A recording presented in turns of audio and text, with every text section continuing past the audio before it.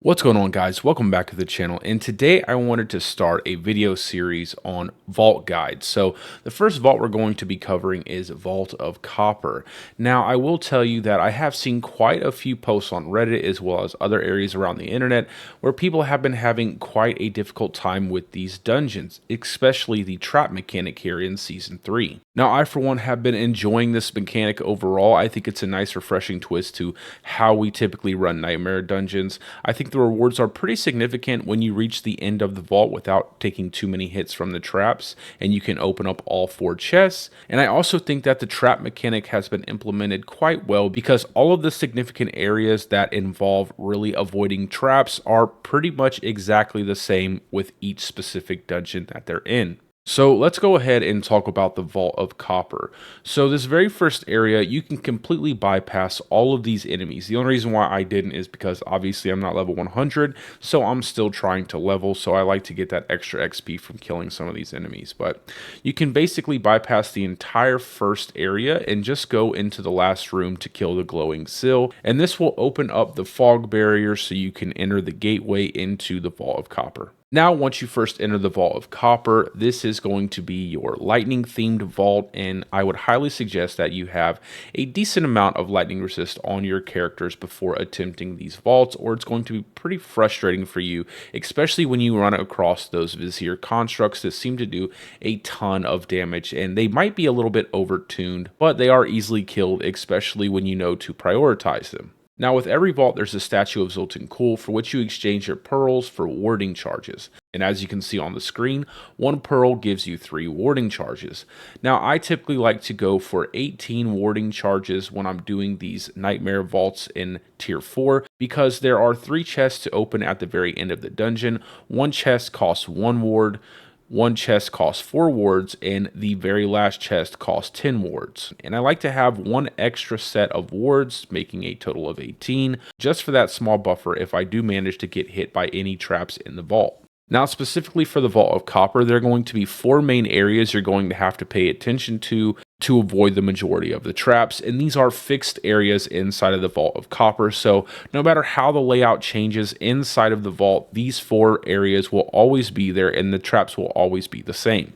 So the very first room that you're going to have to avoid traps in is this upside down T-shaped style room on your mini map, and it has a layer of spike traps in the middle of the room as well as several pillars that fire electrified darts in fixed locations around the room.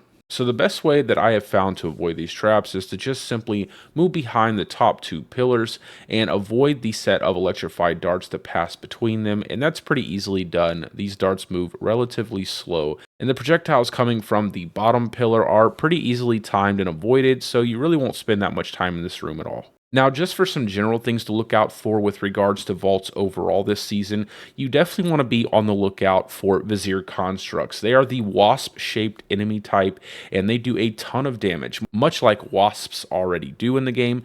However, the biggest issue with them is their projectile speed. Their projectile speed is probably something like 10 times faster than wasps, and honestly, you get hit with a ton of damage really fast, and you'll get blown up if you're not paying attention. Secondly, be mindful of traps and doorways. They are easily avoidable. However, if you do find yourself not paying attention, it can be quite annoying if you get hit by one. Now, for the second area you're going to have to pay attention to, it is this small hallway with all these electrified panels on the floor.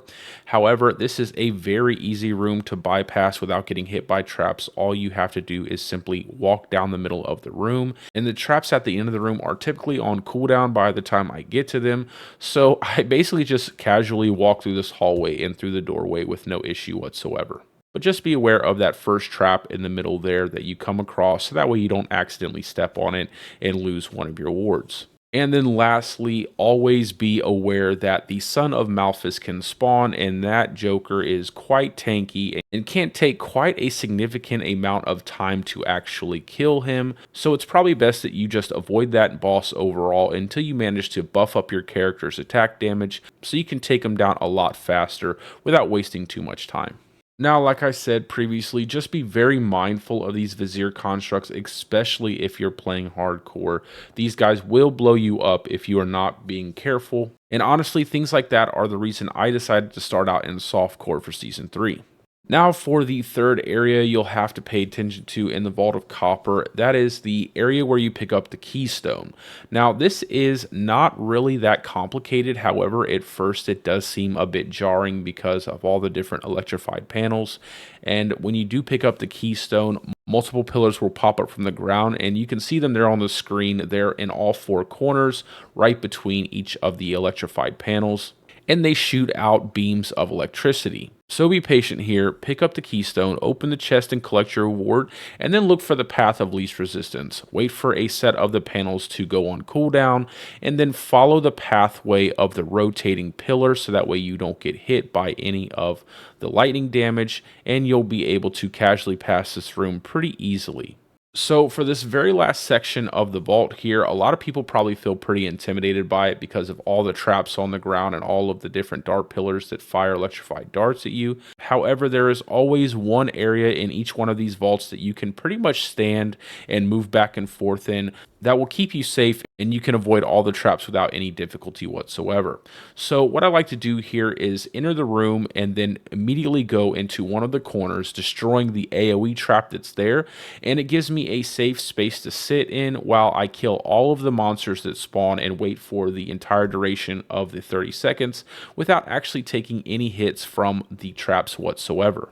The only thing I would recommend is that you have some skill that gives you unstoppable on your build, so that way if you do get hit by a control impairing effect, you can peel that off with your skill and then continue to avoid anything else that is coming your way from the monsters that spawn.